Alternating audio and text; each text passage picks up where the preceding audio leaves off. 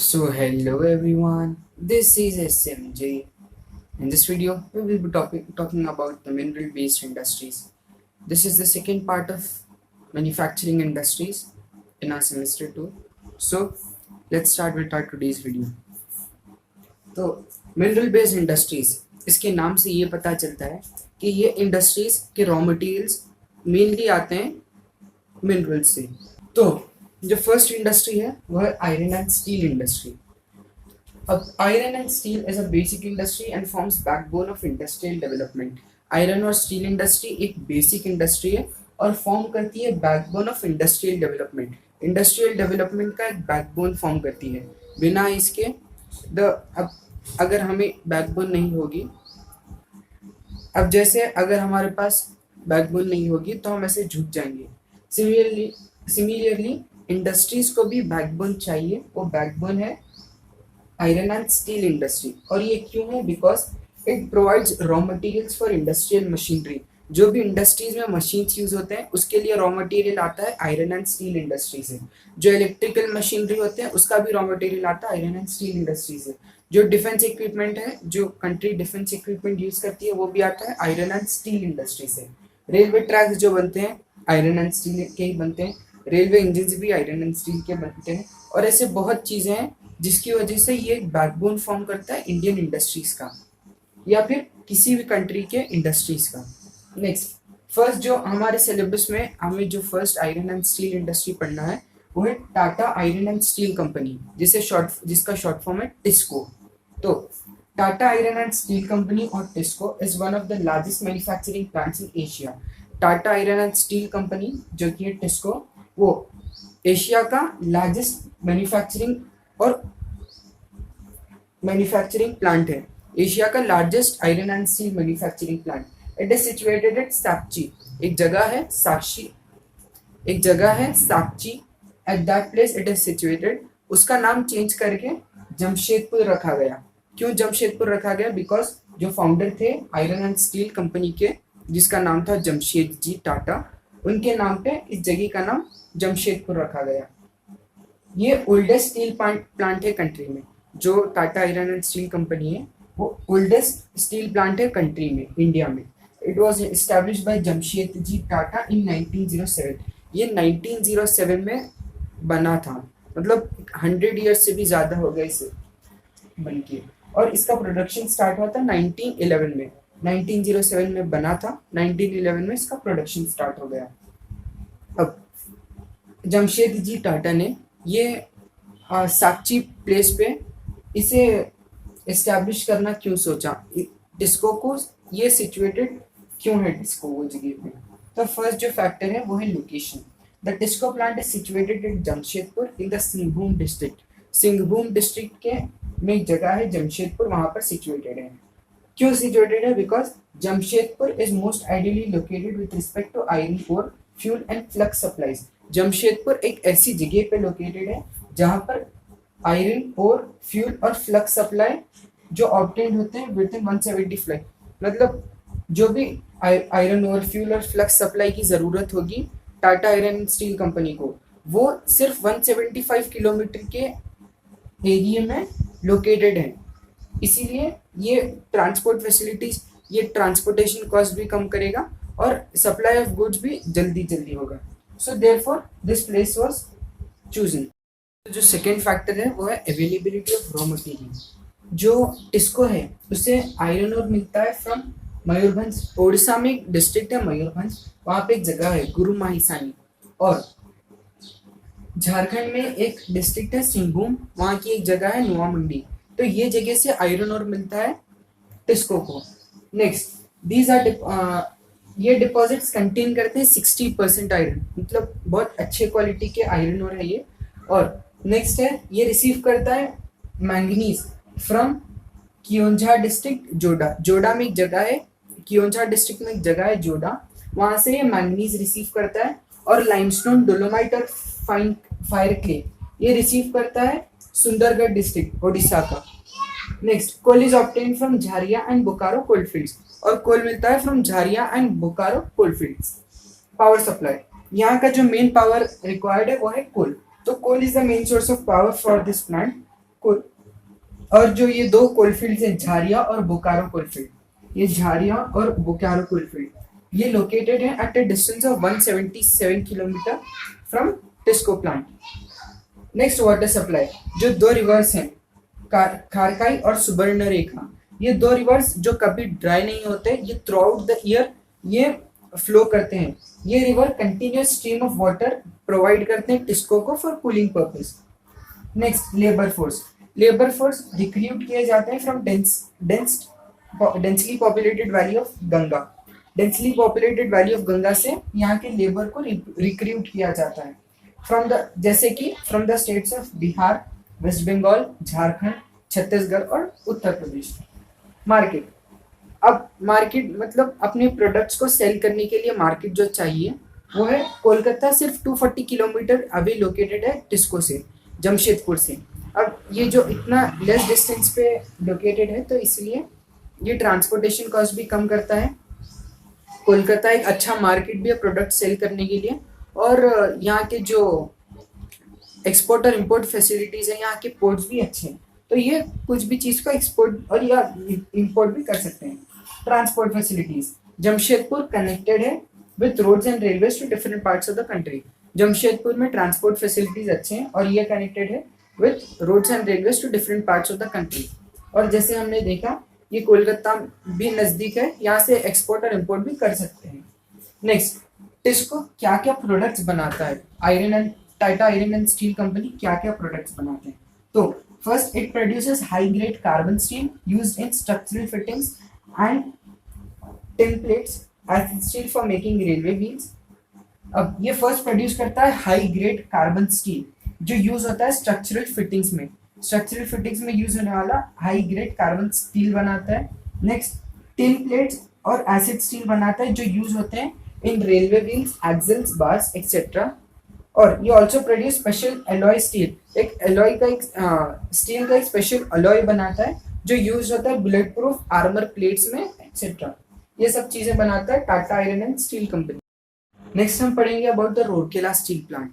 तो Rourkela steel plant was build in technical cooperation, मतलब technically corporate करे थे। कौन कॉर्पोरेट करे थे? German firm Trips and Demag in 1959। Next, ये कहाँ पर लोकेटेड है? तो रूरकेला स्टील प्लांट लोकेटेड है at confluence of two reverse, दो रिवर्स के कॉन्फ्लाउंस पे। रिवर्स का नाम है सांखा और द कोयल, सांखा और कोयल रिवर। कहाँ पर? सुंदरगढ़ डिस्ट्रिक्ट ऑफ ओडिशा, ओडिशा के सुंदरगढ़ डिस्ट्रिक्ट में। Next, raw material, the plant is situated within 80 kilometre of high grade iron ore reserves of Sundargarh and the Keonjhar district and Odisha. मतलब प्लांट सिर्फ 80 किलोमीटर की दूरी पे प्रेजेंट है जहां से उन्हें high grade iron ore reserves मिलते हैं from Sundargarh and Keonjhar district in Odisha. Next, manganese is obtain from Barajamda, manganese obtain होता है बराजिंदा से। लाइमस्टोन ऑब्टेन होता है भिरमित्रापुर और dolomite from Baradwar, all situated within a short distance from the plant. ये सब चीजें बहुत शॉर्ट डिस्टेंस पे प्रेजेंट है प्लांट के। Power supply, coal is obtain from Jharia, Talcher and Korba fields. Coal obtain होता है झारिया, तालचार और कोरबा फील्ड्स, और इलेक्ट्रिसिटी मिलती है from Hirakud project. Water supply, water is obtain from the Mandira dam, Mandira बोल के एक डैम है, वहां से इन्हें वाटर मिलता है जो प्रेजेंट है अक्रॉस द सांखा रिवर, और ऑल्सो फ्रॉम महानदी रिवर से भी। Transport facilities, it is situated eight Kolkata Nagpur rail line, Kolkata और नागपुर के रेल लाइन पे प्रेजेंट है ये रूरकेला स्टील प्लांट, इसीलिए ये प्रोवाइड करता है easy access to raw materials, producing areas and also to markets, इसीलिए इजी एक्सेस प्रोवाइड करता है to raw material and also to the markets. Labour force यहाँ की रिक्रूट होती है फ्रॉम बिहार, वेस्ट बंगाल, झारखंड और उड़ीसा। प्रोडक्ट्स, ये बनाता है इसके मेजर प्रोडक्ट्स हैं हॉट रोल्ड आयरन शीट और उसके strips, cold rolled sheet, galvanized sheet और इलेक्ट्रिकल स्टील प्लेट, ये इसके मेन प्रोडक्ट हैं। ये और भी चीजें जैसे आयरन बनाता है, और सॉरी आयरन नहीं, यहाँ पे नाइट्रोजन आना चाहिए।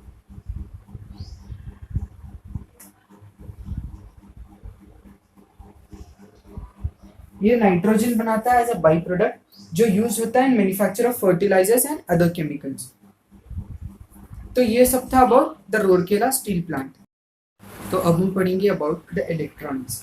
तो इलेक्ट्रॉनिक्स डेवलप हुआ इंडिया में इन द 1950s और ये began किया विद रेडियो मैन्युफैक्चरिंग और at present has diverse into new areas. मतलब जब वो शुरू हुआ था 1950s में तो उसका काम था मैन्युफैक्चरिंग ऑफ रेडियो, लेकिन अब के टाइम में इट हैज डाइवर्स्ड इटसेल्फ, मतलब ये बहुत फैल चुका है in areas like communication, information technology, space exploration etcetera. मतलब हम कम्युनिकेशन भी इलेक्ट्रॉनिक्स की वजह से ही कर सकते हैं, इंफॉर्मेशन टेक्नोलॉजी भी वही है, स्पेस एक्सप्लोरेशन भी electronics is an important role etcetera. Indian hardware and software. India का हार्डवेयर और सॉफ्टवेयर ग्रेट डिमांड में है इन द वर्ल्ड वाइड। मतलब पूरी दुनिया में इंडिया का जो हार्डवेयर और सॉफ्टवेयर है वो एक ग्रेट डिमांड में है। Electronic industry large number of skilled labours. Electronic industry को large number of skilled labours चाहिए और ये फास्ट ग्रोइंग टर्शरी है and has a larger concentration in southern states. India के सदर्न स्टेट्स में इसका कंसंट्रेशन ज़्यादा है, ज़्यादा इलेक्ट्रॉनिक इंडस्ट्रीज प्रेजेंट है इंडिया के सदर्न स्टेट्स में। फर्स्ट है इंडियन टेलीफोन इंडस्ट्री, इसका शॉर्ट फॉर्म है ITI। तो Indian telephone industry was first government undertaking to be set up after independence near Bengaluru in 1950। मतलब ये फर्स्ट गवर्नमेंट अंडरटेकिंग था जो सेटअप हुआ था 1950s में, इंडिपेंडेंस के बाद। 1950s मतलब इंडिपेंडेंस के बाद, और ये सेटअप हुआ था बेंगलुरु में। ये प्रोड्यूस करता है equipment to meet the needs of the post and telegraph departments, railways, defence etcetera. ये इक्विपमेंट्स प्रोड्यूस करता है जो कि यूज होता है by post and telegraph departments, railways, defence etcetera. Among other items, it manufactures automatic switching telephone systems and teleprinter exchanges and long distance transmission systems। और भी चीज़ें मैन्युफैक्चर करता है जैसे automatic switching telephone system, teleprinter exchange और long distance transmission system. Next, electronic corporation of India ECIL। तो electronic corporation of India is an indigenous unit. ये setup हुआ था हैदराबाद में इन 1970। फर्स्ट था ITI setup in Bengaluru in 1950 और ECIL was set up in Hyderabad in 1970. It has well-equipped laboratory where tests are carried out. इसमें एक well-equipped laboratory है जहाँ पर टेस्ट carried out है। Among it products are transistorized modular system। ये चीज़ें बनाता है जैसे transistorized modular systems जो कि यूज़ होते हैं न्यूक्लियर एप्लीकेशन में और मेडिकल, एग्रीकल्चर और इंडस्ट्रियल फील्ड्स में भी यूज़ होते हैं। और components like metal oxide resistors, ये मेटल ऑक्साइड रेजिस्टर्स भी बनाता है, एनालॉग कंप्यूटर्स भी बनाता है और online digital process control computers भी बनाता है ECIL। Next, Bharat electronics limited BEL। तो भारत इलेक्ट्रॉनिक्स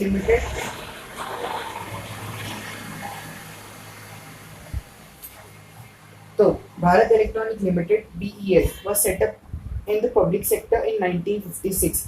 पब्लिक सेक्टर से ये सेटअप हुआ था 1956 में और ये भी सेटअप हुआ था बेंगलुरु में to fulfil the needs of electronics and defence service. ये क्यों सेटअप हुआ था? Because to fulfil the needs of electronics and defence services. It also caters to the needs of all India radio and the meteorological department. ये all India radio और meteorological department को भी इस needs fulfil करने में help करता है। Electronics में जो नेक्स्ट पार्ट है space technology, audio and video और सॉफ्टवेयर इंडस्ट्री, वो उतना हार्ड नहीं है, वो आप अपने टेक्स्ट बुक से पढ़ सकते हो। Next will move on to petrochemicals. तो petrochemical are important organic chemicals derived from petroleum products LPG and coal. तो पेट्रोकेमिकल्स एक इम्पॉर्टेंट ऑर्गेनिक केमिकल्स हैं, ऑर्गेनिक मतलब कार्बन वाले, जो डिराइव होते हैं पेट्रोलियम प्रोडक्ट से, LPG से और कोल से। The industry is normally located near an oil refinery. Petrochemical industry nearly located होती है ऑयल रिफाइनरी के, जो सप्लाई करती है उसको बेसिक रिक्वायरमेंट्स ऑफ नैफ्था और इथिलीन एंड बेंजीन। ये इंडस्ट्री ऑयल रिफाइनरी के पास लोकेटेड होती है बिकॉज ये ऑयल रिफाइनरी उसे बेसिक रिक्वायरमेंट से सप्लाई करती है, जैसे नैफ्था, इथिलीन और बेंजीन। ये chemicals are used for manufacturing a large variety of articles. ये दो केमिकल्स, ये chemicals are used for manufacturing a large variety of articles such as synthetic fibre, synthetic rubber etcetera. अब advantages of petrochemical products. तो petrochemical products are cost effective, मतलब ज़्यादा महंगे नहीं है, इकोनॉमिकली स्टेबल, ज़्यादा मतलब वही सेम, और cheaper as they are produced on a mass scale. ये इतने सस्ते हैं because they are produced on a mass scale. Its raw material is easily available, इसका रॉ मटेरियल इजीली अवेलेबल है, मतलब ये एग्रीकल्चरल रॉ मटेरियल पे डिपेंडेंट नहीं है जैसे जूट की वजह से। और इसीलिए जो ट्रेडिशनल रॉ मटेरियल्स थे जैसे वुड, ग्लास और मेटल्स, ये रिप्लेस किए जा रहे हैं पेट्रोकेमिकल प्रोडक्ट्स के। जो नेक्स्ट जो पार्ट है प्रोडक्शन यूनिट, वो भी आप अपनी टेक्स्ट बुक से पढ़ सकते हो। So this is all about mineral based industries. I hope this chapter is clear. Thanks for watching. Subscribe the channel, hit that like button, and if any doubt then comment it. Thank you. Stay safe, stay happy, and keep learning from SNJ.